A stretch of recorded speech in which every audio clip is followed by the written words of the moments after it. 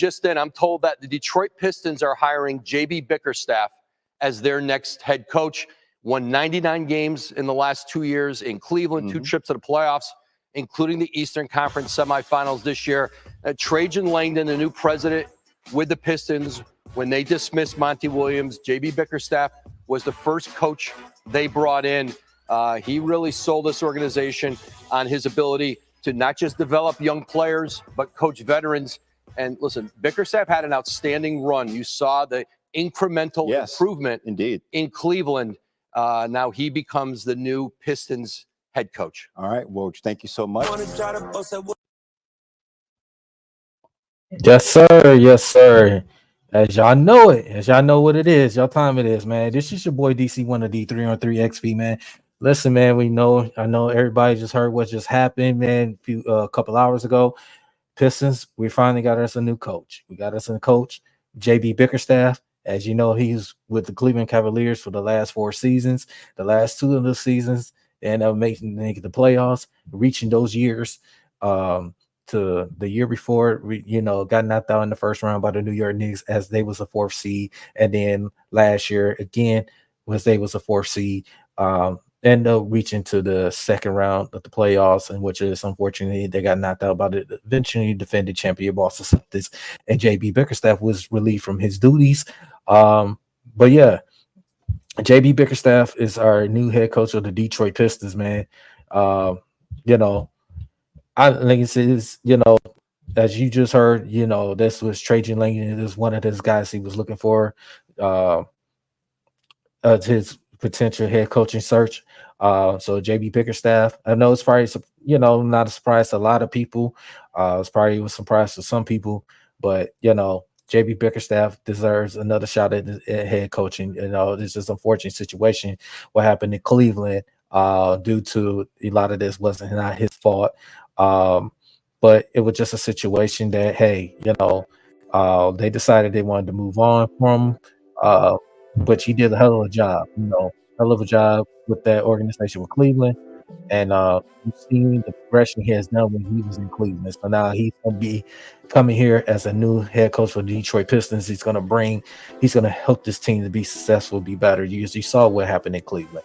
So now JB Bickerstaff, like I say, welcome aboard. We're glad to, I'm excited, to have you as a coach, and you deserve another opportunity. I think JB Bickerstaff is going to get the best out of this young core. Just like you said, we'll bring some veterans in. We see what's going to happen in this free agency at 6:00 when it starts. So we'll see what Trajan Langdon does. We'll see, what moves they're gonna bring, any trades, any free agencies, what players that's gonna fit with this Pistons team, and fit what's best for Bickerstaff and his coaching staff, and for Trajan Langdon and his Pistons organization. So like I said, I'm happy about this move. I even know my preference. I wanted Sam Cassell to be here as a new coach for the Detroit Pistons. That was just my personal preference, but I don't mind JB Bickerstaff. Actually, I like it. I think JB Bickerstaff is going to come in. He's going to do a good job. Can't get no worse. Can't get no worse than 14-68. Can't get no worse than that. I believe the Pistons are not a 14. As far as record, the record may say it last season, but far as how they play hard. They didn't look like a 14-68 team. They did. It was a lot of games they had opportunities to win. They just didn't close the deal, and you deal with a lot of injuries. It happens. It's part of the sports in the NBA. So it's just now JB Bickerstaff could come in. He can help Kate Cunningham and Ivy and Duran and Yassar, and bring some veteran talents over here that can help, that can fit well with the coaching staff with this system, man. So JB Bickerstaff is our new official head coach of Detroit Pistons. So I want to give a shout out to my guy, Culture Boy on Real TV, and also Dynamite. Yeah, I like the hire. I like the hire. JB Bickerstaff is a good coach. You see the progression he has done with this Cleveland Cavaliers. So I believe he could come in, he could help this Pistons team. He wants to coach, he wants to be here, he wants to coach. He's still a young coach. He's only 45 years old. Um, he did what he did a good job with that Cleveland team. You could say when he got Donovan Mitchell, you got Darius Garland and all those guys, but he did a good job with them. And Cleveland was one of the best defensive teams in the NBA. They was one of the best defensive teams. People keep forget about that. They was in the top 10. So, but like I said, JB Bickerstaff, I believe he's going to come in. He's going to get the best out of these young core. I think Trajan Laney, that was a good hire. I don't have an issue with it. I don't have an issue with it at all. I believe JB Bickerstaff deserved another opportunity. It was just an unfortunate situation that happened in Cleveland that he had his key guys, Donovan Mitchell and Darius Garland. Those guys was hurt in the play, especially they played Boston. Even though I didn't think they was going to be Boston anyway, it could have been it would have been more competitive series. You got to think about it too that people, that I understand that, he did what he can do. It's not like Cleveland was a scrub. Cleveland, they could have get Boston, a little bit of a scare. Like I said, I know Boston was going to win the series, but they could have gave Boston a little scare. But yeah, I think, that Bickerstaff is doing good. He's going to do a good job. I like the hire, and he's going to do a good job. Let's give this guy a chance. If people want to complain, say some people, Trajan Lane, why did he, make the move trading for Tim Hardaway? You get Tim Hardaway Jr. There's reasons behind it. We had 60 million in the cap space. You only seeing, you still got 50 million in cap space. So that was pretty good what he did. So you get second round picks and you traded Quentin Grimes, which I like the Quentin Grimes, but it's a business decision. You gotta look at it. So and Trajan Laney, it's gonna be more moves to come. Absolutely. He's not finished. You see his resume. You saw his resume when he was with the San Antonio Spurs, the Brooklyn Nets, the New Orleans Pelicans. You saw his resume. And I believe he's gonna come in, he's gonna do a good job. You can't get no worse. Can't get no worse than 14-68. I wish Monty Williams the best. It just things didn't work out. I like the Monty Williams. Monty Williams is, he deserved another opportunity, but things didn't work here with the Pistons organization. It didn't work out as a team. So JB Bickerstaff, like I said, I like the hire. I have no problem with it. He shows he's a good coach. Is he a great coach? No, but we'll see. So, what up, Ray? What's going on with you, brother? Thank you for showing love on the channel, bro. I always appreciate you. So, who would your starting lineup be? Well, at what spots? Well, we know Cade and Ivy. We will see what's with the small forward position. We don't know. I don't know yet what moves is going to make. So we know Cade and Ivy be the starter backcourt. We know that Jalen Duren be the starting center. I don't know what's going to be the small forward and power forward position, because the simple fact we don't know what moves is going to happen. We don't know if Isaiah Stewart is going to be on the team. We don't know if Asar is going to be a starter. We don't know.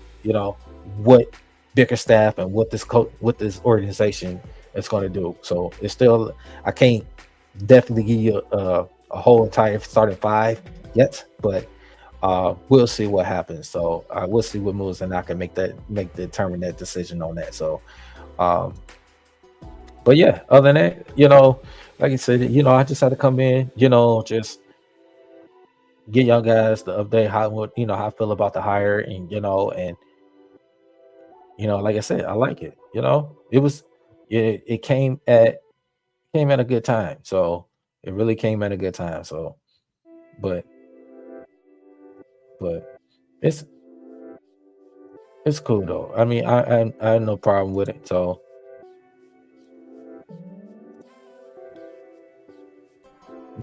I like JB as our hire in our team. Absolutely.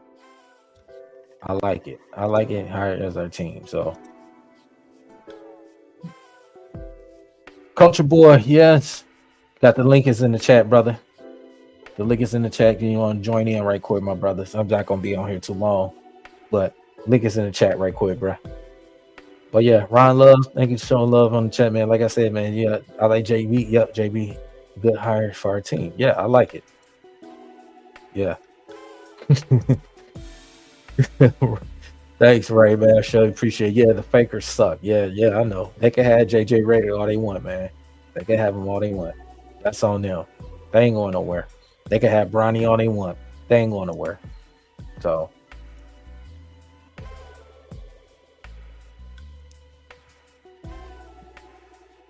yes, sir, YouTube. Yes, sir, YouTube.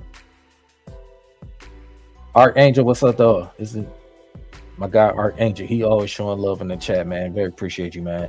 You know, it's a decent little person who like to see a hungry first. Yeah, I believe he's a coach that he's hungry. You know, I mean, he spent 4 years with the Cleveland Cavaliers, and each year they had got better. You know, so I believe he's going to come in. He's going to do a good job. But yeah, Selma B, what up, though, Selma B? I appreciate you showing love in the chat as well, man. Yes, I wanted Sam Cassell as well. That was my personal preference, even from last year before they even hired Monty Williams. I wanted Sam Cassell, you know, because I think he'd been a perfect fit.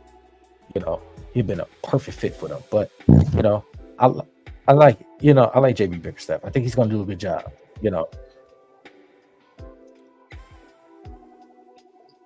All right, what up, boy? How you doing? What's good, my guy? Been blessed, man. How you been doing? Good, man. Good, man. Culture Boy, what up, though, bro? He?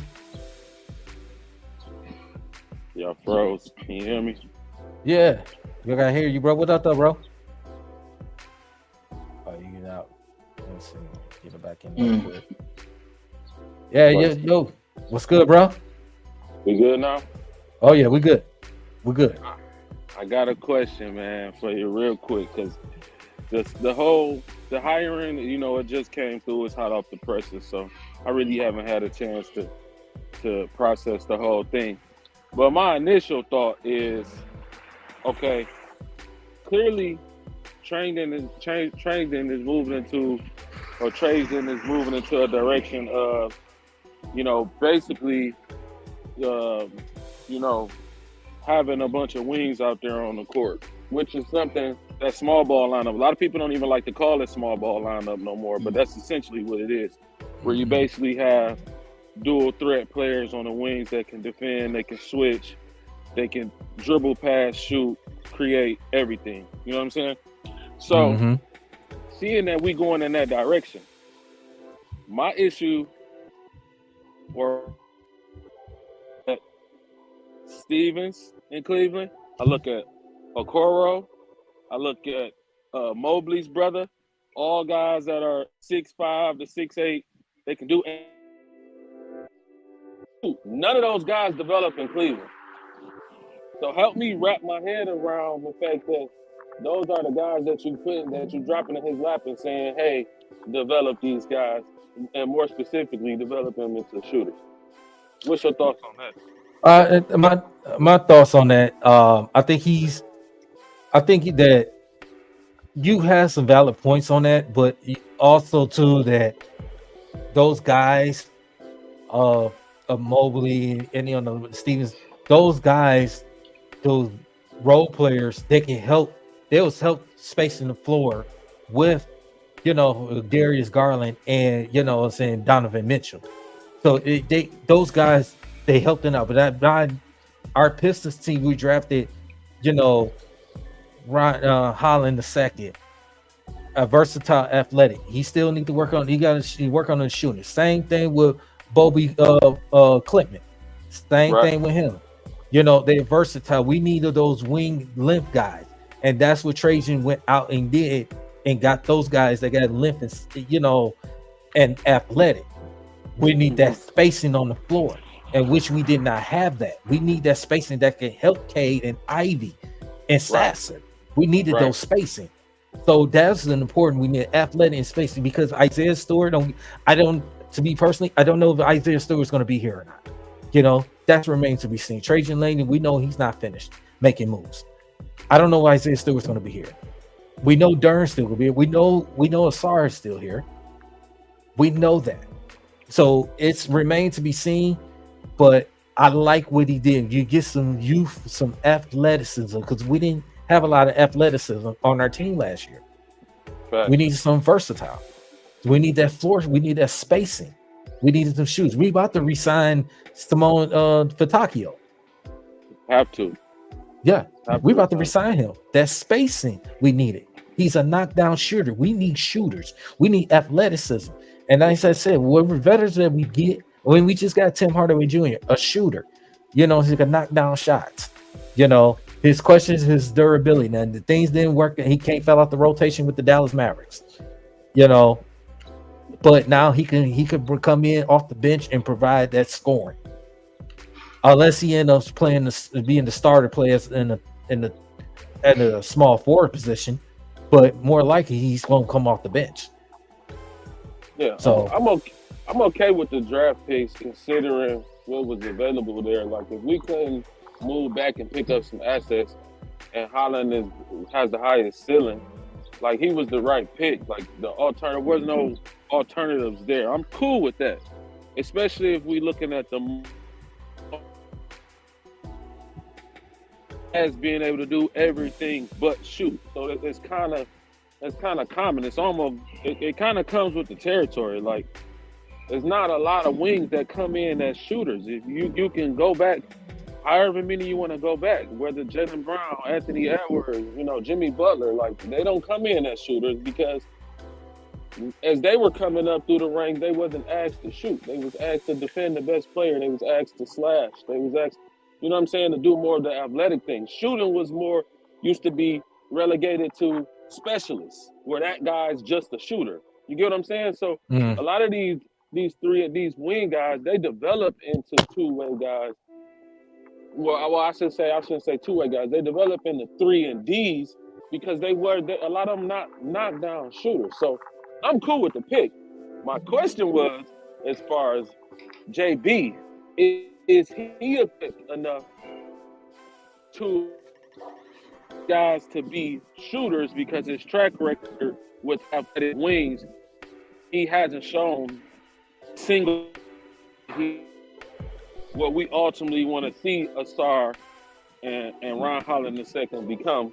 He hasn't shown that in the past. I think that's more so what I was getting at. Willie, what's that word?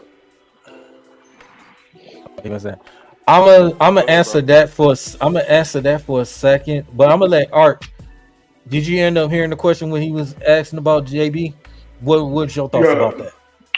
I mean, I think some of that is contingent upon what JB Bickerstaff had to work with in terms of coaching staff in Cleveland as well.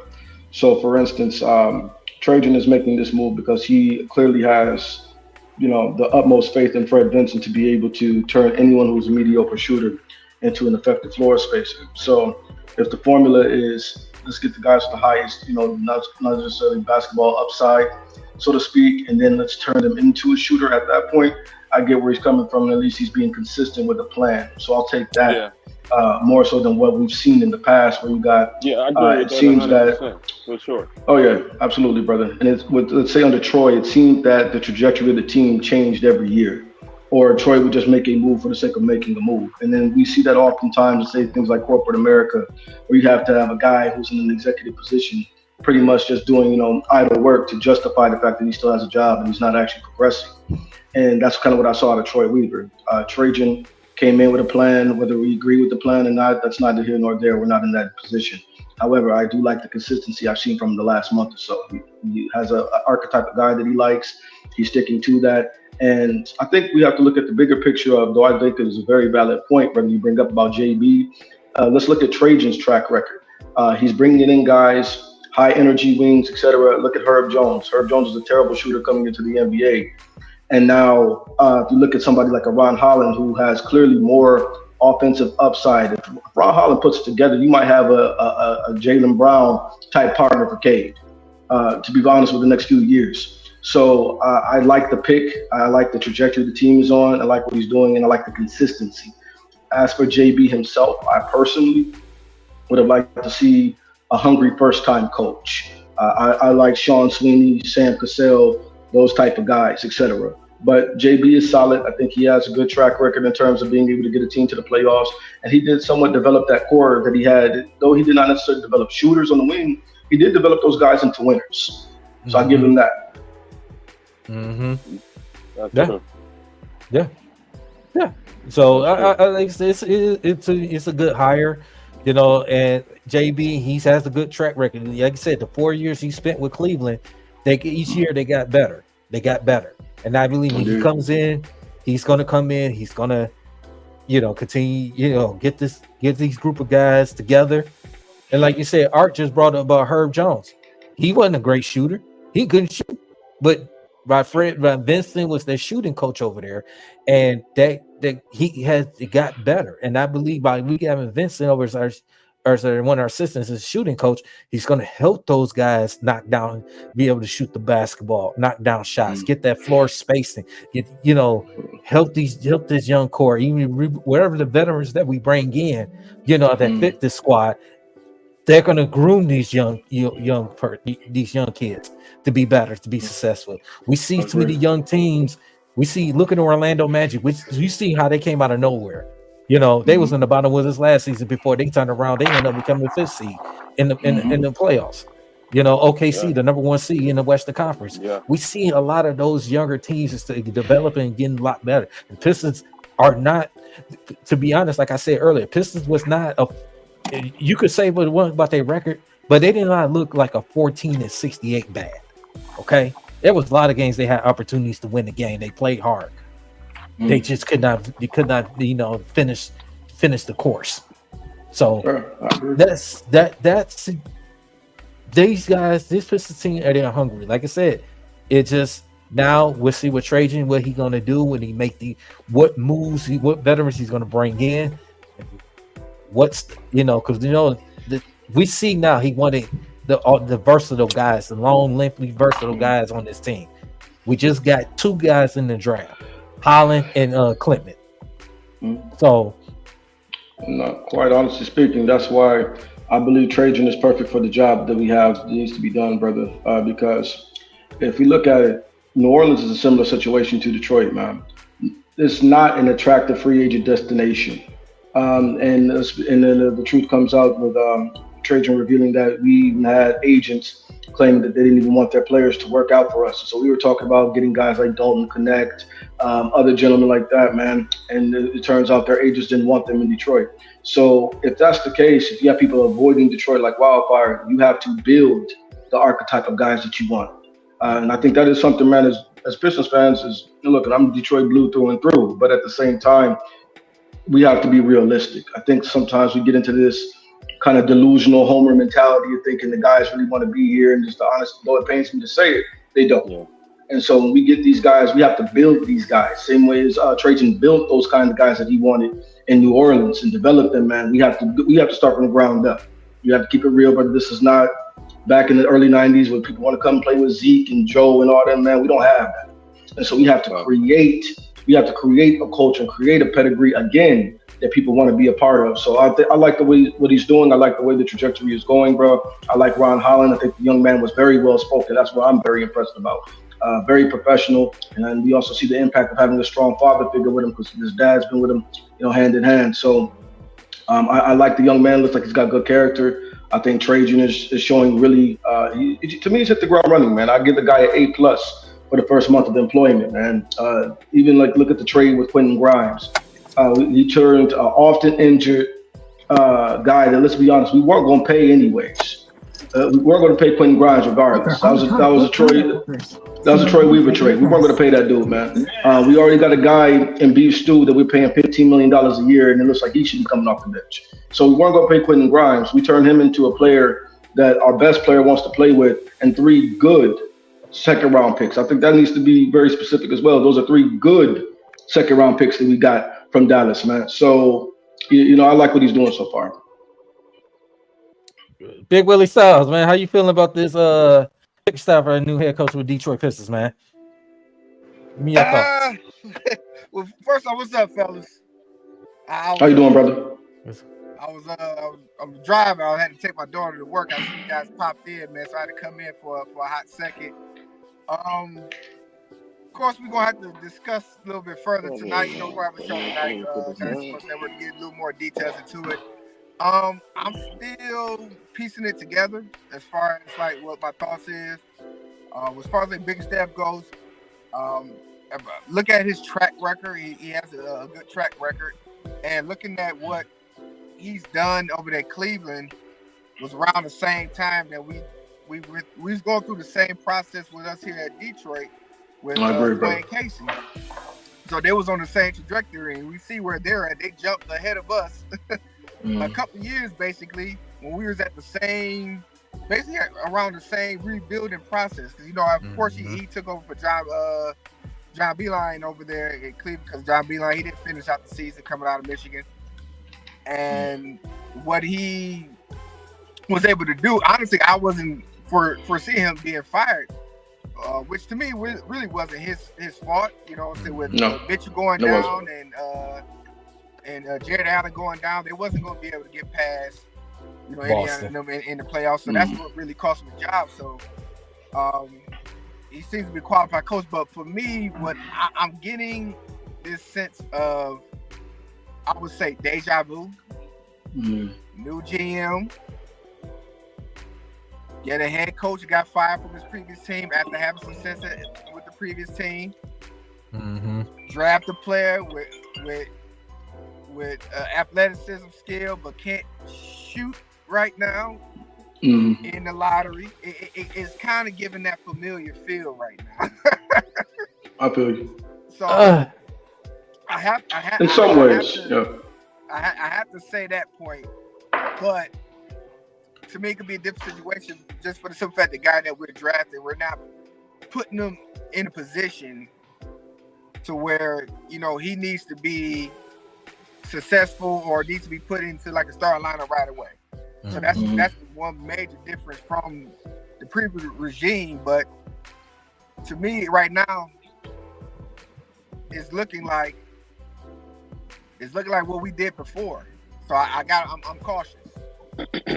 I get where you're coming from, usually being cautious with it, but I think that what Art was saying earlier, like what Trajan has done this past month and a half, he has done a great job. He's making little moves already, and you turn around, you bring, because he had JB Bickerstaff as one of his top guys with coaching searches anyway. So he believed that that JB Bickerstaff could come in and help develop this young core, which brings to a couple of veterans. Like he did the 4 years in Cleveland. You know, last 2 years he was, you know, they made the playoffs. So he did a good job on that. You muted. You muted. Muted, bro.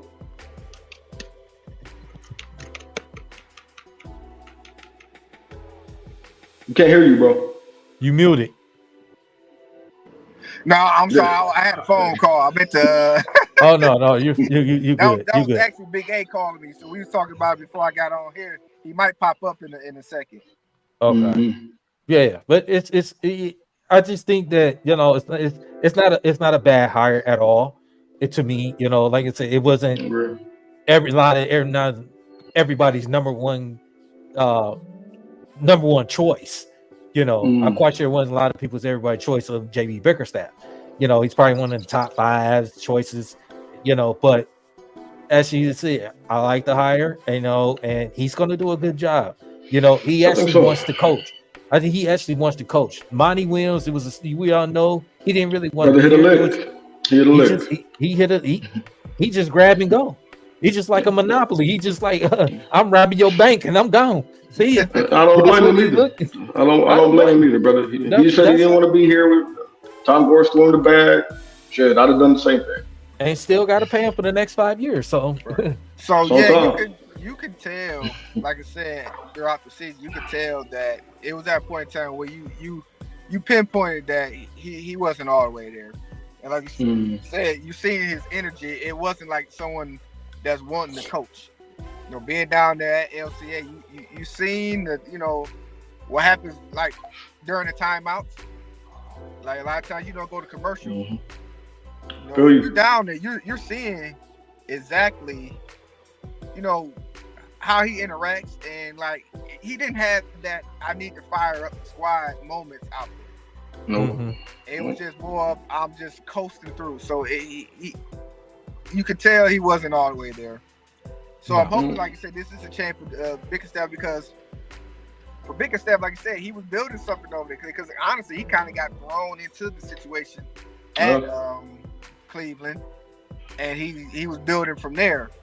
So I'm not mad at the hire. I just wasn't expecting him to be available, and then I didn't think, I thought all the teams may want to, jump on him, quickly as possible as well. So it's still up in the air for me. Like I said, I'm still processing it. So I'm gonna have to do my due diligence, and then tonight we definitely jump more into it, get some more details, and we'll talk about it more on my end. So I still haven't, sat still long enough to be able to, give my full, input and intake on not just the hire, but the draft, and what we've been doing with free agency. We got that all wrapped up. Free agency opens up this evening as well. So we need to see, might be some shakeups coming up in a couple of hours. We never know. We're gonna be live tonight to figure it out. Zell, you got some thoughts? Yeah, I find it quite peculiar that that when we have top 5 picks, it's in the weakest drafts in draft history. When we looking for the coaches, it's the most shallowest pool we ever saw.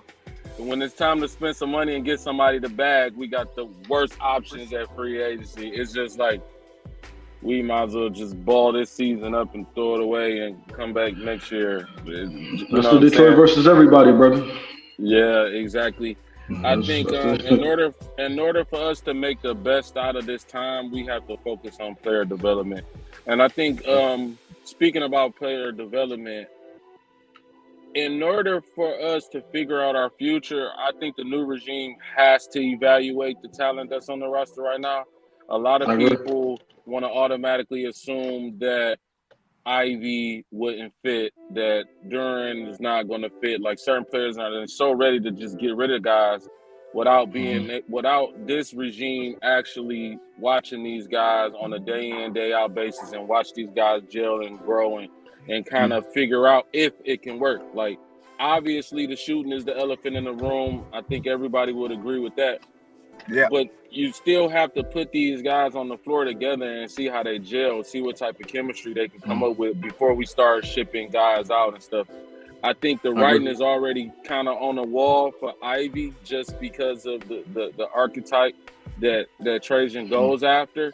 Ivy doesn't Ivy doesn't really fit that mold. And so I think it's tough for him. I think he's starting out behind the 8 ball again. 2 years in a row, which is crazy. Well, really 3 years in a row, because his rookie season, he was supposed to be complimented by a first overall pick, and he wasn't there. His second season, he has to ride the bench for a Frenchman that can't even play for his own national team. And now he gets a new coach who doesn't even like his archetype. So it's like he been and then what's that, 3 coaches in 3 seasons? Yeah.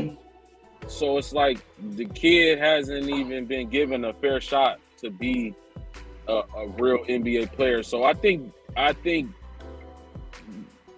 this new regime owes it to him and just owes it to themselves to evaluate this roster before we start shipping guys out.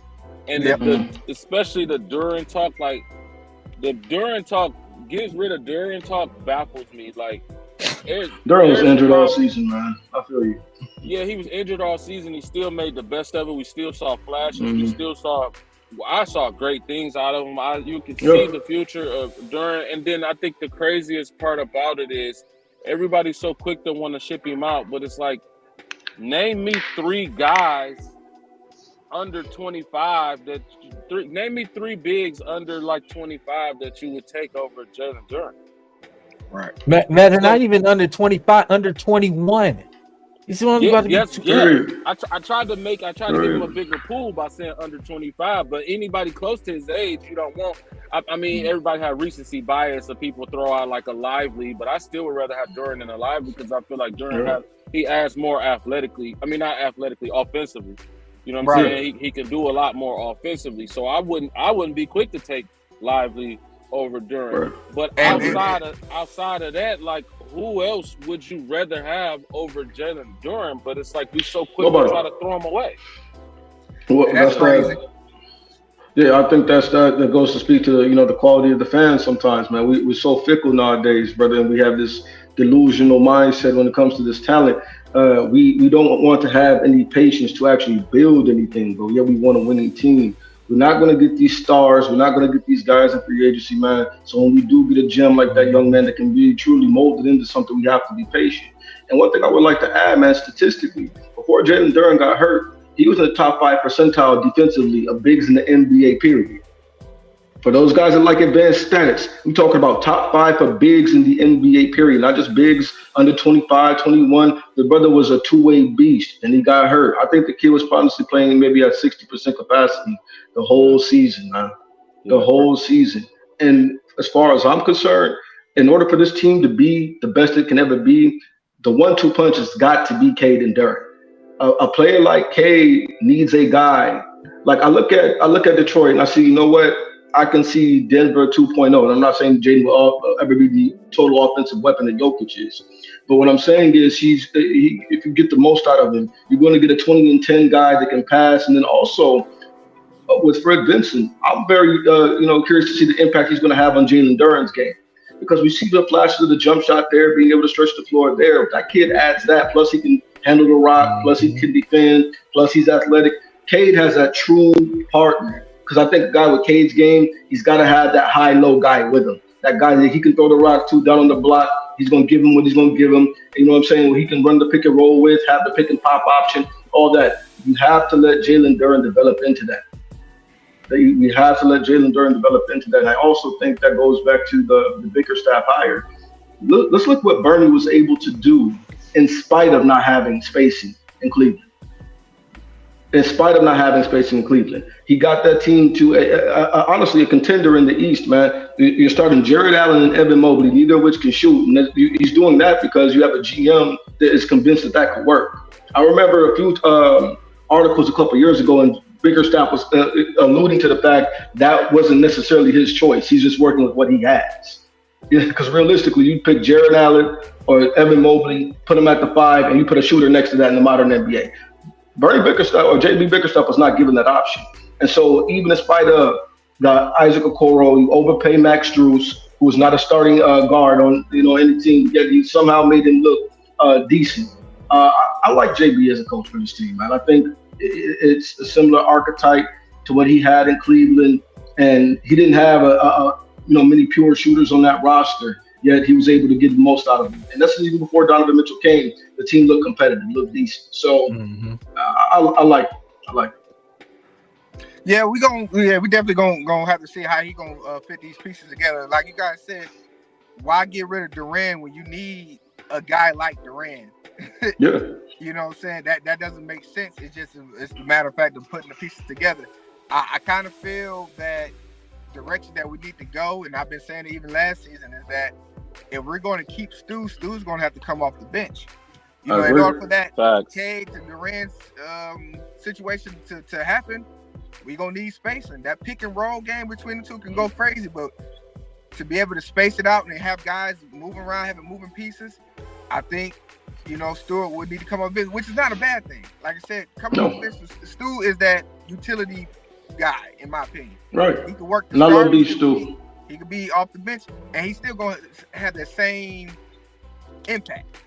So it's not his role as being a starter is not needed if, like I said, the development of Duran comes into fruition. So I do want to see what he does with young pieces. And like I said, I hope JB do what Monty didn't do, and that's give Ivy the opportunity. I believe he will. I believe he's going to get Ivy the opportunity because, JB, he's seen, that he's seen the Pistons play. You know, we played them 4 times. You played them 4 times a year. You know, in the same division, same conference. And he's seen Ivy. Now you able to come in. You about to coach this guy. I think he's gonna get the best out of him. I think what Monty was, Monty was trying to. He did it the way that was kind of, you know. I think he could have did better or develop him more. I think he could have did better. I understand you're trying to show them tough love, but it's a certain way how you do it. And I think with Bickerstaff, it's going to get Ivy to get the best out of Ivy. Just like, look at Garland. Garland, he got the best out of Garland.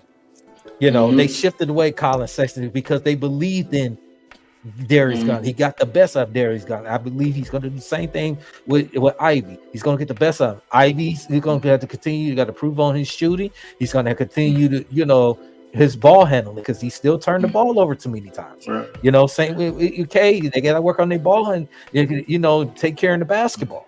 That's another thing you got to look at it too. We got our ball handlers, take care of the basketball. You know, continue working their shooting, and we're gonna be fine. And I said, I love you brought up the point, Art, about Jalen Duren, and he developed that jump shot. It's second. It's going to do anything with him. If you like it can be unstoppable. Yeah, he's already strong enough to get to the basket. He's already strong enough. He's going to get to free. Now he's still going to work on his free throws. You know, still work on his free throws to be better. But I was like, continue to work on. Jalen Duren shot 80% post All-Star break from the free throw line. He finished at 71% from the. So the jump shot is there. He just needs to get a chance to develop that. Yeah, develop that. You're right. But just get him to you know what I'm saying, to continue to work. Continue to work on, you know. Now, far as because I was listening when you was talking about Ivy. You had some very valid points, a lot of that, but I think that JB, I believe he's going to get, you know, Ivy the opportunity, you know what I'm saying, to show. Yep. And, you know, if he doesn't do it this year, then, you know, he's going to ride the bench, or they might end up trading him in the mid-season. Man, I think that's a good point, man. Go ahead, OG. I think that is a great point, but I think eventually, I hate to say this because I rock with Ivy. I like the skill set. I see the trajectory, and not only that, the person. Like a lot of times, man, we watch highlight tapes, or we just watch ESPN, or we just watch regular stuff. We don't look at the person. Sometimes you got certain guys that want to be great, and he's one of those guys. He put the work in. He has strong faith, which means he's mentally in the right space. His mental is perfect for him to become who he wants to become. But this is my thing, though. I can't help but think that he is possibly going to be added to the long list of former Pistons that went off to be great. I just can't help but get that feeling that he's going to be added to the list. Now I want to drop this one thing on you boys before I get out of here, because this kind of been on me for a long time. How often do we see like Cade like break down in fourth quarters, where he's just been too much weight on the shoulder throughout the game? His shooting efficiency is down in the fourth quarter. He's forcing a lot of shots. He's not finishing at the rim. I think that's a product of his usage being too high in the first 3 quarters of the game. I've always been a believer that Cade should not start the game as the primary ball handler. I think that he needs someone to initiate the offense and allow him to play off the ball to start the game. Because I don't agree with that. No. Let me tell you why, though. When he starts with the ball, the defense is allowed to put too much attention on him, and we don't have any spacing to relieve that pressure. But if I hear you, OG. Go ahead. No, I don't want to interrupt you. I'm sorry, brother. But if you play him off the ball, you're able to get him dribble handoffs. You're able to have him run off screens, run the baseline, do the Rip Hamilton, get him in his spots to where when he gets the ball, he can go right to work, opposed to having the ball at the top of the key with 10 eyes on him. I feel like that's a lot of pressure for a guy to start the game, especially if you want me to finish the game too. Right. I hear you, OG, and I get what you're saying. From this is the part I agree with. I would like that to be an option for our offense. You get what I'm saying? However, I don't want that to be the solution for our offense. A lot of what you said was it points back to bad roster building. And one thing I don't like, I think, is what's this brother over on what's that podcast, Cool Cahill or whatever. I don't agree with everything he says, but I do agree with this take that he had. Detroit, for whatever reason, man, we love to boost up lesser guys over the guy. Cade is the guy. And so it's not about how the guy fits with lesser guys. It's how those guys fit with the guy. We need to be building around the best player's strengths. And he doesn't need to have to lessen his game because other guys don't truly fit with him. No, you build around your best player, period and point blank. And so what that is, it's really more so of a coping mechanism, and it reveals the fact we didn't build around him properly. We don't need to accommodate Ivy. Ivy can't complement Cade. He needs to go. We don't need to piece Duren. If Duren can't complement Cade, he needs to go. We got our guy in 2021, man. I understand they shafted us with Wemby. They shafted us this year. They shafted us last year, etc. We got our number one pick. We got our dude. We got our best point guard prospect in the last decade we've seen come out of this draft in Cade Cunningham. We got our dude. Now we have to act like we have our dude, man. This is where I go back to Ivy. I like Ivy as much as the next guy. I think he's kind of been given an unfair shake. But I will say this. I think JB is going to be finally a fair barometer of what Ivy is for this team. Because if JB doesn't play him, I believe he shouldn't be played. With Monty, Monty gets these little, there's no bias there. Exactly. Monty gets these little tizzies with these players, and he gets in these little, moods, man. And he just, I think Monty, he tends to hold grudges. You get what I'm saying? He gets a mindset about a guy. He forms a narrative about a guy in his mind. And it's like that guy can never get out of his doghouse, no matter how well they play. That's what I noticed about Monty. But with JB's going to come in, man, especially being the guy that was recently unfairly let go. He's going to come in trying to do the best he can to put the best product on the floor. If Ivy's minutes are, let's say declining under JB, I believe there's a legitimate issue there. Now, personally, the shooting is not the biggest issue I have with Ivy. It's the defense. Ivy might have been the worst perimeter defender in the league last year, man. And that doesn't make any sense. The young man, you 6'4", you have a 6'10" wingspan, you jump out the gym, you might be the fastest end-to-end player in the NBA. For him to be that bad defensively, it's not like with Jalen Duren where, the young man had 3 severe ankle sprains and still played. I give him his credit for that. To me, that's your dog. But with Ivy, brother, he was healthy all year and can't defend anything. And it's the second year in a row he can't defend under 2 different coaches. And he was he started all his first year in the NBA. You know what I'm saying? Dwayne Casey gave him the keys, let him run the thing. He still couldn't defend in his first year. So we let him go because he's a rookie. Second year, still getting destroyed defensively. Now, for a third different coach, man, you go in, he still can't hold anybody. And that's when we have to start looking. Maybe J.I. would be best suited on another team. But also for me, I'm like this, man. I'm a big draft guy. I follow a lot of college basketball, etc. J.I., what we see with J.I. right now has always been his issue, even in Purdue. Streaky shooter, gets by on his athleticism. When he can really take advantage of his athleticism, he's going to light you up. But when he can't, when you force him to be a shooter, he's going to disappear. And when you force him to defend, he's going to disappear. That was the same thing as it was. We could see him in the tournament. When they lost to that no-name team in the tournament, he couldn't guard any of their guards that were not NBA caliber. And then he couldn't shoot, and all they had to do was pack the paint. So we're seeing the same thing in the NBA continue. So I want to see him get a fair chance. I agree with you. He has not really been given that. But to me, I'm seeing some of the same stuff. That's the reason why I like him as a player. I just don't like his fit next to our best player. I thought the pick should have been Benedict Mather because it complements our best player more so. Even though Ivy might have more innate talent, it's about what fits with our best guy. That's just how that is for me with Ivy. I want to see him thrive because he's on my team. And at the end of the day, that's a young brother. But do I think he's a great natural fit with our best player? No. And if he's not, I'm not accommodating the lesser guy. I'm looking for the proper fit with the guy. I feel what you're saying. I agree with you on a lot of points. Real quick, I think I wasn't trying to big Ivy. I was more so trying to support Cade in the sense that you don't want to overuse him.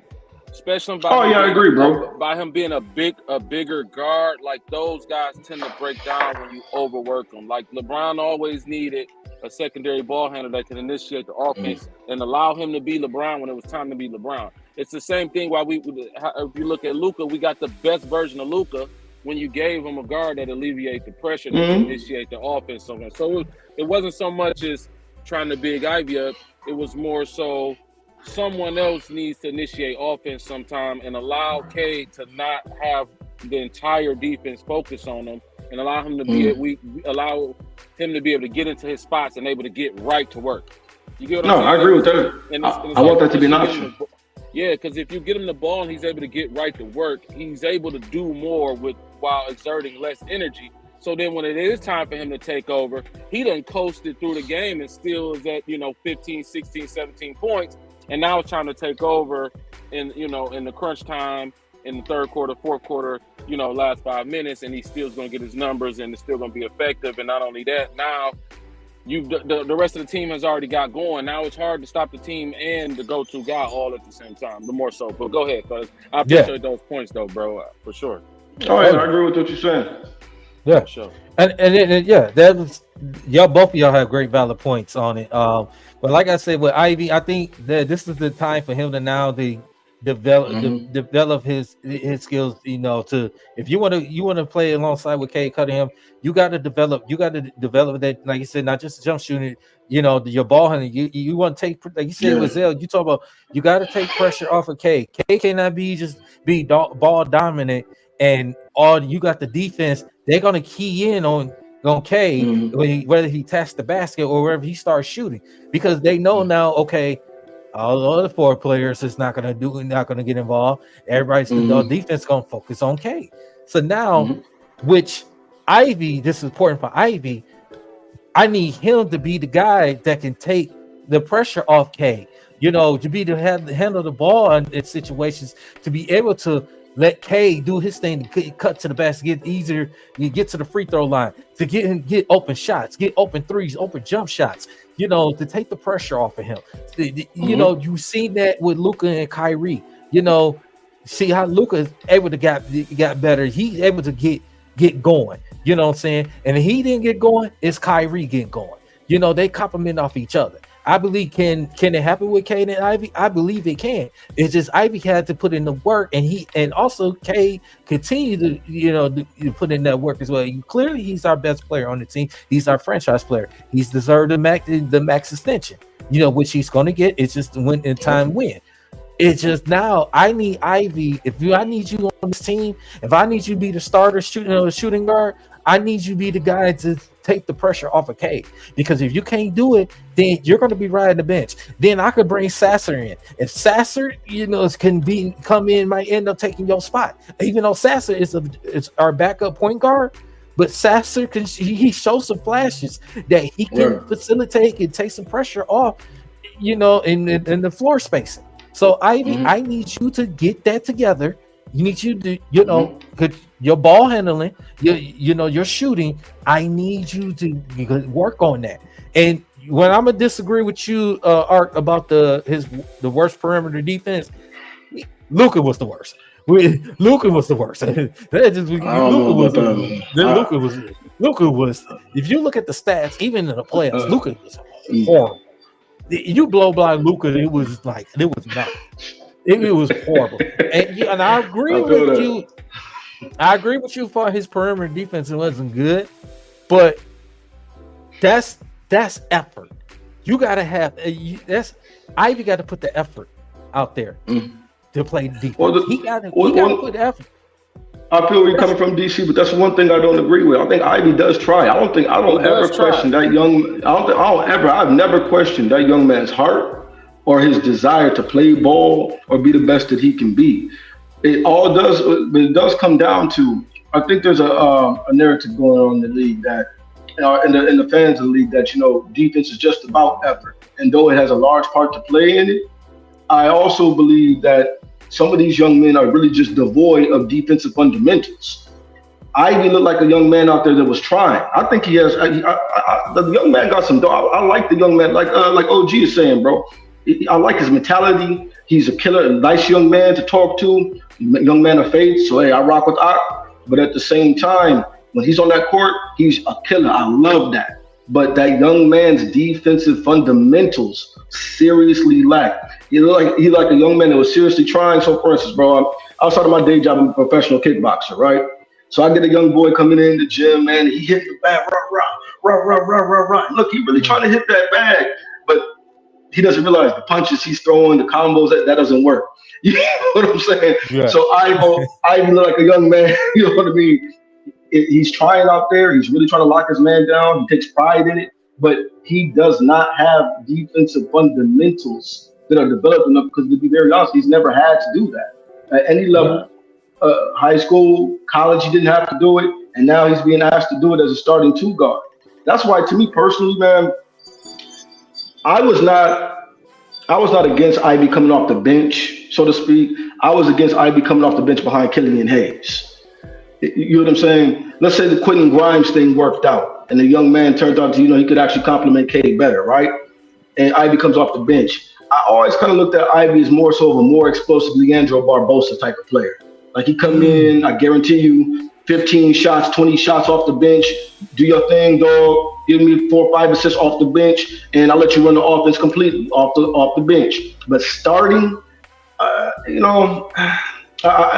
had questions about what he was going to be while he was even at Purdue.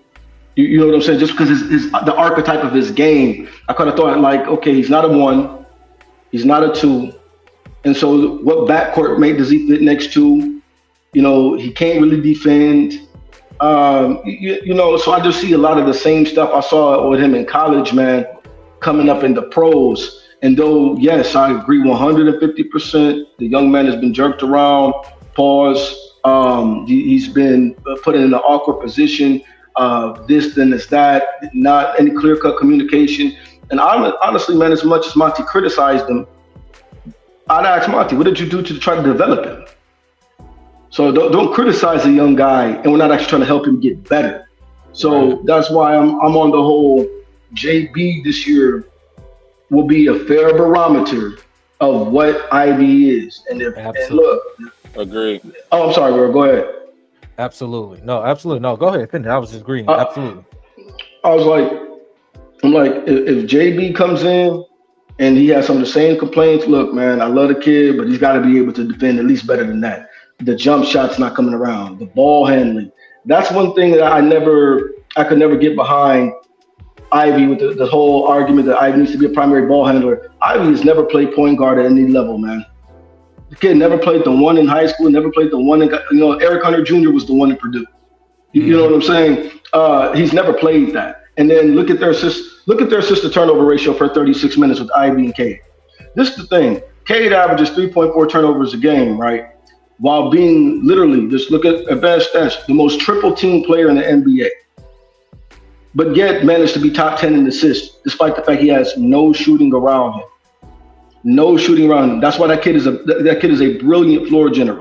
That's why I'm all for keep the ball in Cade's hands. But look at Ivy, bro. Ivy has a 10% less usage rate than Cade Cunningham and an average 2.5 three turnovers a game. That means per 36 minutes, Brody averages about 7 or 8 turnovers per game. And if his usage rate was increased, go ahead. I'm sorry. No. That's the part I was speaking about, the turnovers, that he need to work on that. Yeah. His ball hand, cut down on his turnovers. And that's what I'd say with JB Bickerstaff, he's gonna get the best out of Ivy. And I believe too, and people forget this too. The last few years when JB Bickerstaff was coaching the Cleveland Cavaliers, they had one of the top 10 defenses in the NBA. They was in the top 10. So now you get a guy he's more of a defensive minded more than offensive minded. But he's going to get the best out of these guys that are going to play defense. How do you think how Cleveland was so successful these last couple of years? Not only because the young guys they play with effort, because their defense was better. You had Jared Allen, you had Mobley, those guys, but you got the other guys on the perimeter that they play some defense. You know what I'm saying? And now you get you bring him in. He's gonna see who's going to fit with who's going to be playing a lot of minutes, who's going to play some defense, and who I can trust that's going to make the plays I need him to make, or the guys that it's going to be right on the bench or not going to be part of this team. That's what Right. that's what I say. I think Ivy is going to be. I think Bickerstaff is gonna. He's gonna bring Ivy under his wings. Hey, listen, I want you to be my second best player on the team. I want you to be. I want you to work on your ball handling. Don't force these turnovers, because a lot of the turnovers he had that you just brought up is used to be when the turnover. It's the careless turnovers. Not all of it's the careless turnovers, and that's what we lost a lot of those games, because the careless turnovers and the lack of details lack of details. Like I said, the effort was there. It's just the lack of details and turning the ball over.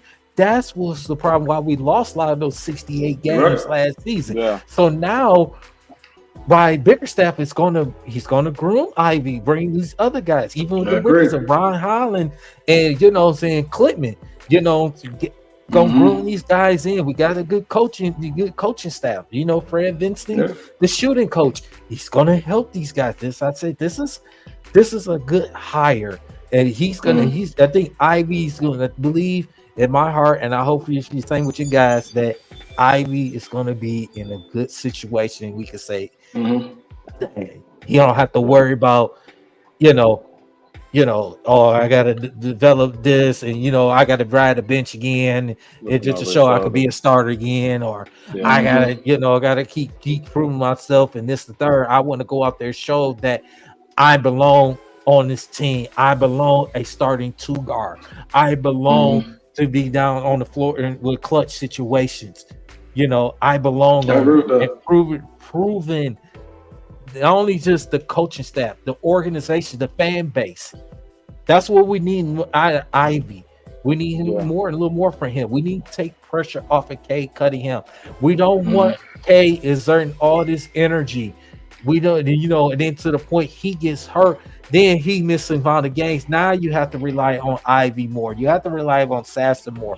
Now you have to rely on other guys to pick up the slack more. So I need Ivy. This is a big year for Ivy this year, more than anybody else on this team. I'm glad you said that, because I want to say two things, and I got to get out of here. First of all, Art, the comp to Leandro Barbosa, spot on. I think the only difference is Ivy got a little more bounce. Outside of that, they probably the exact same player. And I like how, and I think we should use him in similar ways where Phoenix would get Leandro the ball headed downhill. You know what I'm saying? Or off the rebound, push it up the break. So that was hard. I wanted to give him credit for that one. Secondly, what's crazy about the Ivy and the Trajan thing is, I think the better Ivy plays this year, the more likely he gets traded. Because I think it'll actually increase his value, and then Trajan is able to get more of his type of guys with a chip like that. So I definitely want to throw that out there. But love, appreciate being on, fellas. I got to get out of here, man. I got to get one of these rental cars together, brother. So I appreciate all right, I'll see you tonight, bro. Tonight we on tonight. What time we doing the show tonight? I think like 8 o'clock. I think like 8 o'clock. I see y'all boys. I'm done with my break, so I got to get back to work as well. All right, man. Art, thank you for showing love. Zell, thank you for showing love, man. We appreciate you, brother. Yes. All right, bro. Stay up. Breed. What up, though? What's up, Breed? What up, though? What's going on, D? What's happening? Not much, man. Shit, it was just hopping on and just talk about this Bickerstaff, man. So, man, just give me your thoughts, man, right quick, man. How you like the hire, man? What's your thoughts about that, man? You know what? I just found out about it, man. Just now, so I just was like, oh, they got a new coach. I said, oh, okay. I'm cool with it, man. I'm cool with the hire, man. I like JB Bickerstaff. He did a good job when he was in Cleveland. He got along with a lot of players, man, especially guys like Garland and Donovan Mitchell and all them, and got them all the way to second round to the playoffs. So he's always, and then he has a coaching pedigree, and with his dad too coaching. So he's always had that coaching ability. So I think, and then he knows the division as well. So it's nothing that he's gonna be surprised about this division. So he's used to. Mm-hmm. And I think he has something to prove as well. The way they let him go in Cleveland. Yeah. So he's used to being around a lot of young guys and stuff. So this is nothing new to him. But very cool guy, nice guy, man. I had a chance to meet him last season, man. He was cool. Of course, but you the plug. that luck, man. That's all luck, all luck, all luck. 0-16 is all luck. Stop messing with me, please. Stop. But I love it, man. Like I said, man, I like it. You know what I'm saying? It wasn't my number one choice. I wanted Sam Cassell, but I don't have a problem with this, because of the fact what he did to Cleveland for the 4 years he was there with Cleveland. I know he took place at John Beeline, but the last few years with a couple years he has Cleveland. There was a playoff team. They was knocked out by the New York Knicks last season in the first round, even though there was the 4th seed. Then there was the 4th seed again this past season, and they ended up getting to the second round of the playoffs. They went 7 games against Orlando, but they ended up, they won because of Orlando's inexperience. That's what it came down to. And then now you play against Boston, you lost game 1, then you won game 2.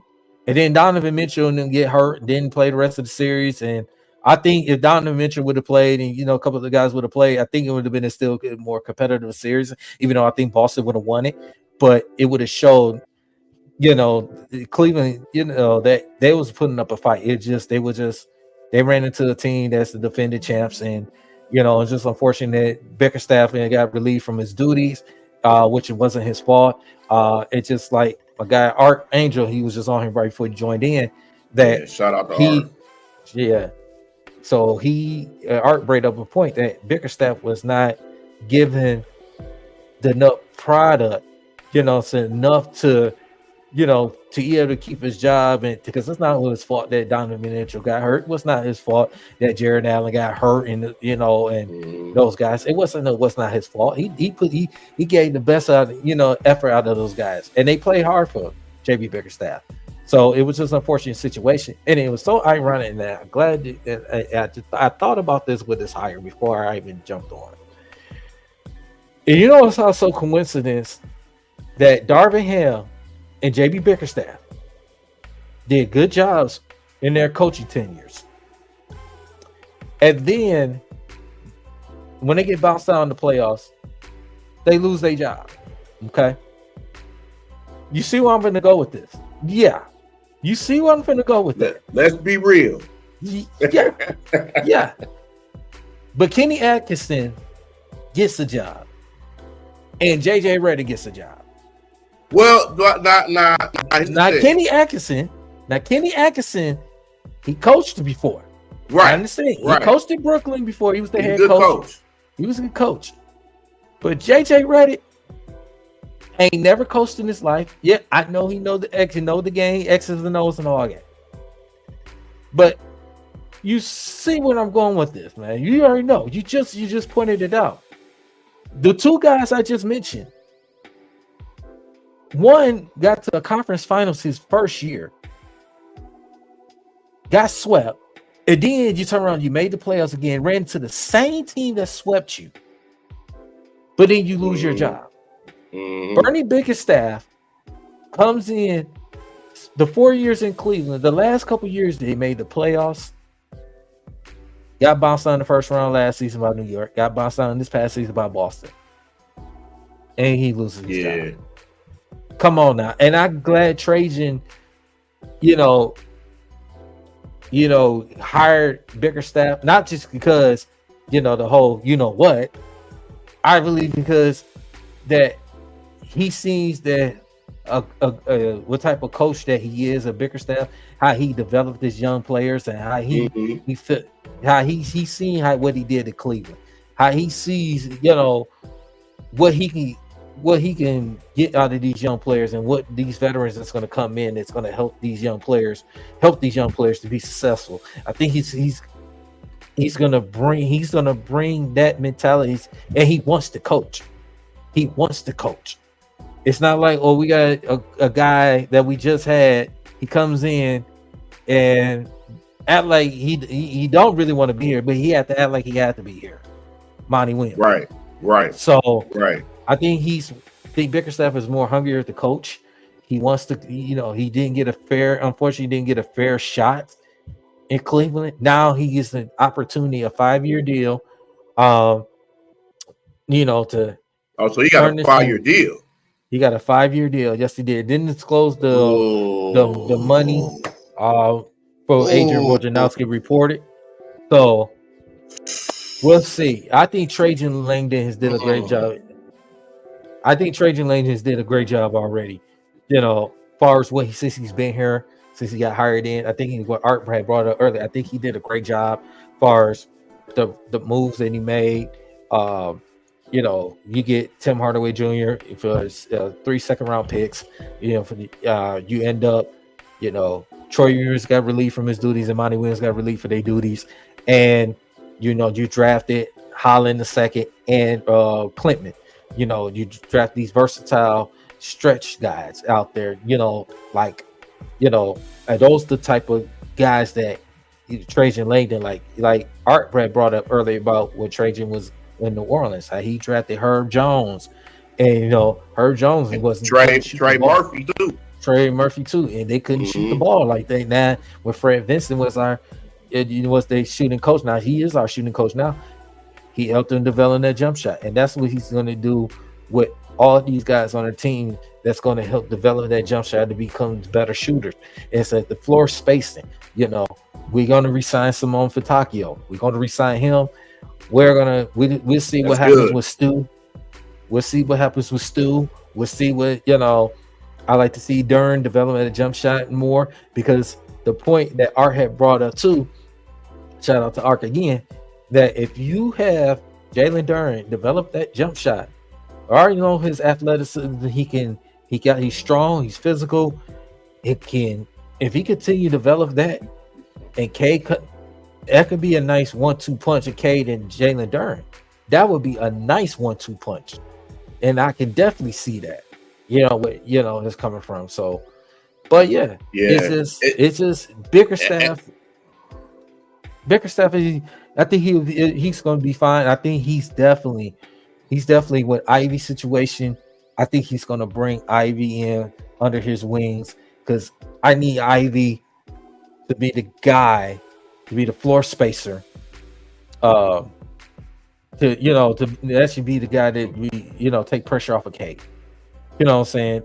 I need Ivy to cut down his turnovers. I need Ivy to be, to be the guy at times to make smart decisions when he's running the plays. Because I want Cade to have to not desert all his energy, especially in the fourth quarter and down the stretch when it's a tight game. I don't need Cade to exert all his energy.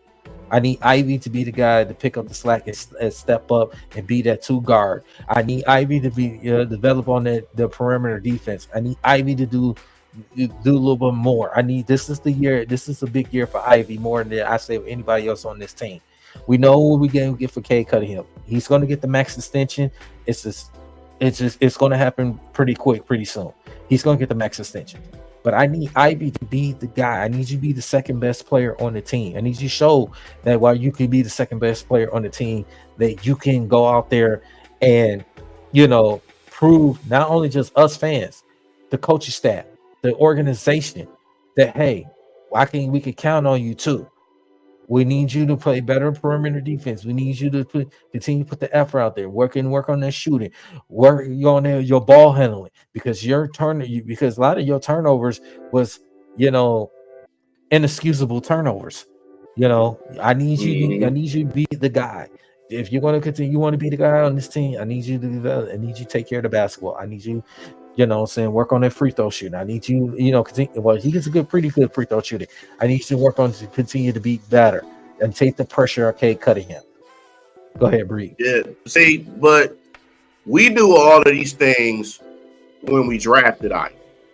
We knew that he had, you know, shooting issues. He was out of control. You know, he too fast for his own good sometimes. It's like he's good during the fast break, but when you just limit him, like when it's just a half-court offense, that's when he struggles a lot. He struggles because he's like, oh man, what do I do? What do I do? And and that comes with being a young player. That comes with being a young player. But I know you said something about you know, he got a limited turnovers. Everybody on this team got a limited turnovers. They cause to it seems like they get 20 turnovers every game. You can't have that. You can't have that. And hopefully, you know, Bickerstaff can tone that down. Even though with Monty, I know people want to get on Monty and stuff, but he's had an injury-full team. He hasn't had a full team. So it wasn't really nothing he could work with. Everybody was hurt. He was just, you know, just picking anybody. You know what I mean? So other than the Memphis Grizzlies that had a lot of injuries, he was suffering. So it's just what can you do? Yeah, and you're right, Bree. And the thing is, though, it's just unfortunate that's the way it is in this NBA business, man. It sucks. Yeah, we see, you know, coaches, they come in and they're they supposed to get the opportunity to develop their style, their play with these players, develop these players, and then something doesn't go right, you know, they're out of a job. We see Frank Vogel 1 year in Phoenix, they got swept in the playoffs. Look what he's at. He loses his job. You bring in Mike Budenholzer. I just talked about Bart Darvin Ham and Bernie JB Bickerstaff. I just mentioned those guys. How many times we see coaches come in and you tell them you've been in this 1 year, a couple years, and something doesn't go right, then, and especially not their fault, but they still lose their job. I say it sucks. It really sucks. I hate to say there's coaches out there that should not be coaching. I'm be honest. I don't care if it's in the NBA level. I don't care if it's in the. We don't want to say no names, JJ Redick. I'm not even. He's a good X and O's, but he never coached in this league. Well, yeah, but is he a Y and Z? That's the thing. Yeah, that's the thing. That's on the Lakers. That's on them. That is not. No, we can't call them that. We can't call that. We call them the Fakers. That's the Fakers. That's on them. That's not on us. That's their problem. That's their problem. So, yeah, man. So I just definitely want to just jump on here, man, right quick, man, because the boy about to go ahead and about to eat and stuff, man, and chill for a little minute. Then we'll get back on tonight, man, and like I said, because you got free agency coming up, and yeah, we definitely got to talk about it. I know Noma's J probably somewhere eating his cheeses in Modelo somewhere. Noma's J and smacking these women out here. So, yeah, that's just Noma's J, man. What he does, man. So, or he probably out there. He probably at these malls before they close today, because Fairlane and Lakeside, man, after the day they closing for good. So y'all better go out there and get them sales. Get them sales. But yeah, man, I would like to say, man, I want to thank everybody that came through on the show, man. Right quick, man. Listen, just had to come here talking about JB Bickerstaff as our new coach of Detroit Pistons. I want to give a shout out to my guy Bree, man, in the building. You know what I'm saying? 0-16 show love, Dilo Dynamite. Art came through. Big A, Big Willie Styles came through. Culture Boy 1, Mo Beasley in the chat. I still want my hey, Culture. I still want my dunks. Yep. I still want to know how many dunks y'all got. Exactly. Dolo Dynamite, Detroit versus everybody, 313 Dreams. you know, Ryan Love, you know, 7 Mile B, you know, and like I said, you know, all the way that came through, show love, man. Very appreciate it. Ray Moore, show love. Very appreciate it, man. So that's it. Bree, we'll definitely be back on later on tonight, man. We got to talk about these free agencies. Gonna break it down, you know, because like I said, Trajan Langdon's, you know, he got more moves coming. He got more moves coming. It's gonna be some moves around the other NBA. We'll see what my guy Paul George, where he's Paul George. Stay with the Clippers, please, Paul George. I'm begging you, Paul George. Please. He going to the Knicks. He going to the Knicks. No, because then your guy, Paul A. Smith. Oh, he's gonna have a heart attack. No. He's gonna have a heart attack. We don't need that to happen. So, but yeah, man, I appreciate everybody coming, you know, showing love, man, on the channel, man. Appreciate it. Make sure y'all hit that like and subscribe to our channel and the bottom of our ticker right there, man. You know, so we definitely will be back later on tonight. So very appreciate y'all guys, man, showing love, and you know, and make sure spread the word out. You know what I'm saying, for our channel D313XP, and also shout out to my guys, shout out to our guys on Dynasty Sports Network and the Culture Detroit, man. Definitely appreciate y'all, man. You know, no, he's not going to Philly, man. Stop it. Don't do that, Owen. Don't do that, Owen. He's not going to Philly. You going to Philly? I'm gonna be upset. They shouldn't do that to Tyrese Maxey, man. No, don't do that. They shouldn't do that. Don't do that. Don't do that. Don't mess up Maxey's career. You think it's gonna be worse when Harden, or as me and Paul would call him, hardhead. Yeah. I can see that. Going to, if he goes to Miami, oh my goodness. Listen, I don't even want to think about it right now. Paul George, please stay in the Clipper land. Please, because I think Jimmy Butler declined his option with them, so it's Jimmy Butler might want to leave Miami though, but I don't know. Free agency starts at 6. Free agency starts at 6 o'clock tonight, man. Make sure get y'all, if y'all not at home, make sure y'all keep y'all notifications going on your Twitter and Facebook and all that. There's gonna be a lot going on tonight. Definitely 6 p.m. That's where free agency really begins. So we definitely keep an eye on it. So I appreciate y'all, man, fellas, coming through, man. In the chat, appreciate you, Bree. We're gonna be back on tonight, man. Appreciate it. We hopefully wake Noman's Jay up, man, so he can get up, stop eating those goddamn 4 boxes of Cheez-Its and shit. Yeah, man. But yeah, I appreciate y'all, man. D313XP, we out of here. Catch y'all later on tonight, man. Peace.